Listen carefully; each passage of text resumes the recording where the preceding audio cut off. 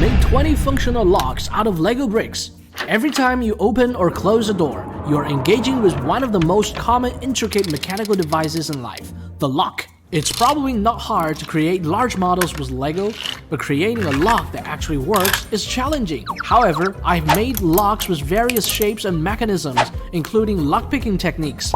They'll blow your mind. Let's go! Back in ancient times, there was no such thing as a lock. Only a latch existed, and this bar served as the key to operate the latch. As you can see, it was not secure at all because anyone with some skill could open this door. In the animated film Suzume, an iconic door links two worlds. I recreate a Lego version using the same simple technique. The Egyptians created the earliest lock and key.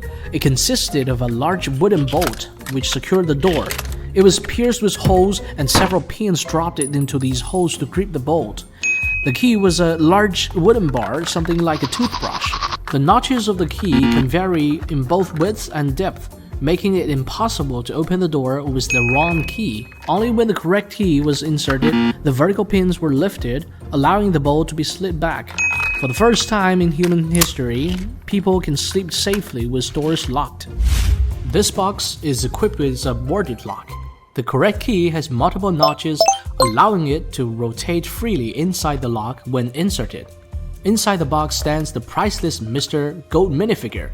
At the back, you'll discover an expanding mechanism applied to the latches similar to the door structure of a bank vault. Once the key is inserted, it can be pulled out unless it's rotated back to the initial state to lock the box again. Inside the lock, there are 3 curved rails with different widths and heights, and the key moves only if its notches align with the shape of the obstructions. This black box is a lever tumbler lock, which was widely used in prisons. It uses a set of levers to prevent the bolt from moving within the lock.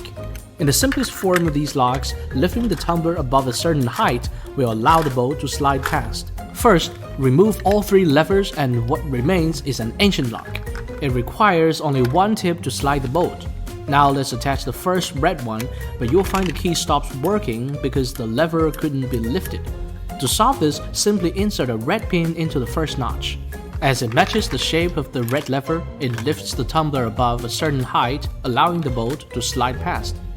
The same principle also applies to the blue tumbler, which has a different shape. In this way, use a blue connector to extend the pin.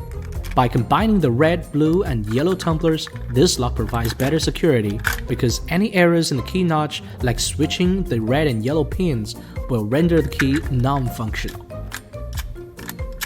The common issue shared by warded locks and lever tumbler locks is that their keys are too bulky and easily replicable. This paved the way for the emergence of modern locks, just like this padlock. Typically, padlocks are pin tumbler locks, and their keys can be made small in size. In real life, it's far more complicated. This is what's inside a pin tumbler lock. Without a key in the lock, the red driver pins are pushed downwards, preventing the plug from rotating. When an incorrect key is inserted to the lock, the yellow key pins and red driver pins do not align with the shear line. Therefore, it does not allow the plug to rotate. When the correct key is inserted, the gaps between the yellow key pins and red driver pins align with the edge of the plug. With the gaps between the pins aligned with the shear line, the plug can rotate freely. So, how do you pick a pin tumbler lock? You're going to need a tension wrench and a hook pick. The green wrench is used to apply torque to the plug of a lock to hold any pick pins in place. The black hook is used to lift the yellow key pins to the edge of the plug, aligning them with the shear line. Once all the pins are picked, the tension wrench is then used to turn the plug. How do you lock a door without keys? I made this latch with a combination lock. Close the door and shuffle the color discs. Then the door is locked. The correct color combination for this lock is yellow, gray, blue. The lock is secured by a pin with several teeth on it that hook into the rotating discs. When the notches in the discs align with the teeth in the pin, the lock can be opened. If the toothed pin is inserted and the discs are rotated to an incorrect combination, the interfaces of the discs block the pin from being extracted. The notches on the discs correspond to the colors in the right combination. Now I've made a classic rotary combination lock. It uses a wheel pack which works together to know the combination. Our code is Thunder Chicken McDonald's. The lock has a dial that is attached to a spindle. Inside the lock, the spindle runs through these wheels. Turn the dial clockwise 3 times, stop turning when the first combination lines up with the indicator. Turn the dial 1 full turn to the left and stop turning when the second combination number lines up with the indicator.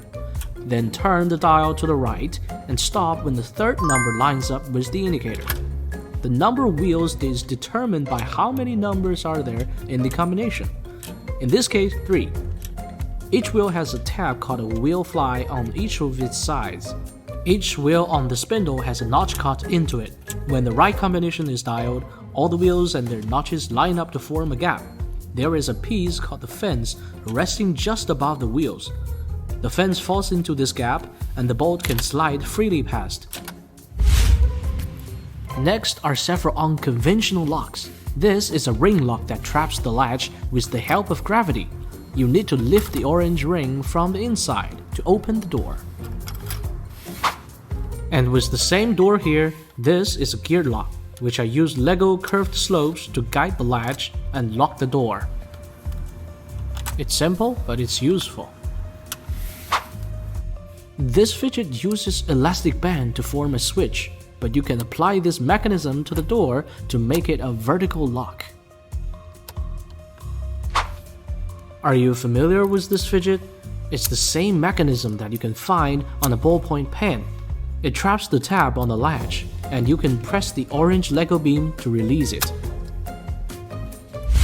Now that we've opened locks using keys and combinations, but this lock could be opened with a coin. I designed this gobble machine so that when a coin is inserted into the slot of the panel and the handle is turned clockwise 360 degrees, the coin will be deposited into the base of the machine, allowing a gumball to be dispensed into a chute at the bottom of the machine. Without a coin, the handle cannot be turned either way. This function is accomplished by a ratchet gear structure at the back of the panel. I used a Lego rubber part and the elasticity holds the piece tight, which locks the handle. After the coin is inserted, the rubber is pushed back and the handle can be turned. This is a puzzle toy. In China, people call it Kongming lock. It looks like 3 blocks are entangled and it's impossible to separate them. But if you try enough times, you will find out one of them can be pushed down, and the 3 C-shaped blocks will be separated one by one.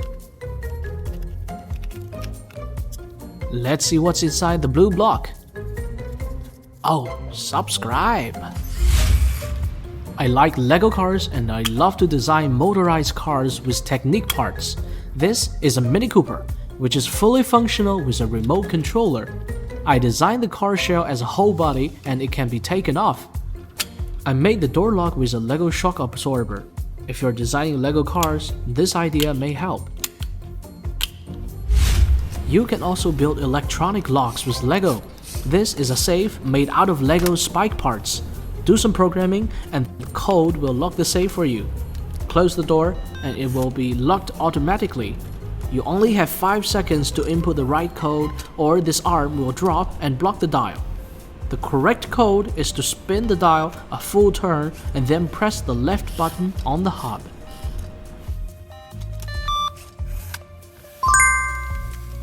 Let's explore the possibilities with magnets. We can create combinations of 5 magnets with different pole directions. 4mm round magnets can be properly installed into the Technique part holes.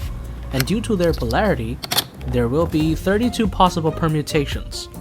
This safe can be opened with a magnetic key, where the magnets on it align with those on the safe, with opposite polarities, allowing each pin to be pulled up. This lock actually shares the same pin lifting mechanism as Egyptian locks. If I take one of these magnets and switch its pole direction, the magnetic key becomes ineffective. To enhance its security, I upgraded it with combination dials, turning this safe into a 2-step authentication system. Insert the magnetic pins inside the dials and they will fall into gaps, much like a pin tumbler lock. If you don't know the correct combination and rotate the dial randomly, the pin will be trapped and cannot be moved, rendering the safe impossible to open. Now let's put it to the test by replacing the old magnetic pins with the upgraded combination dials. Place the precious Mr. Gold minifigure inside the safe. With the safe securely locked, randomly turn the dials. Please note that the transparent parts are provided for clear visibility for the inner mechanism, which is not a feature found in actual safes. Now all of them are trapped. To reset the dials and turn them freely, you will need the magnetic key with corresponding opposite poles. Set the correct combination to 5, 1, 8, and remove the magnetic key. The pins will fall into the correct gaps, and the safe will finally unlock.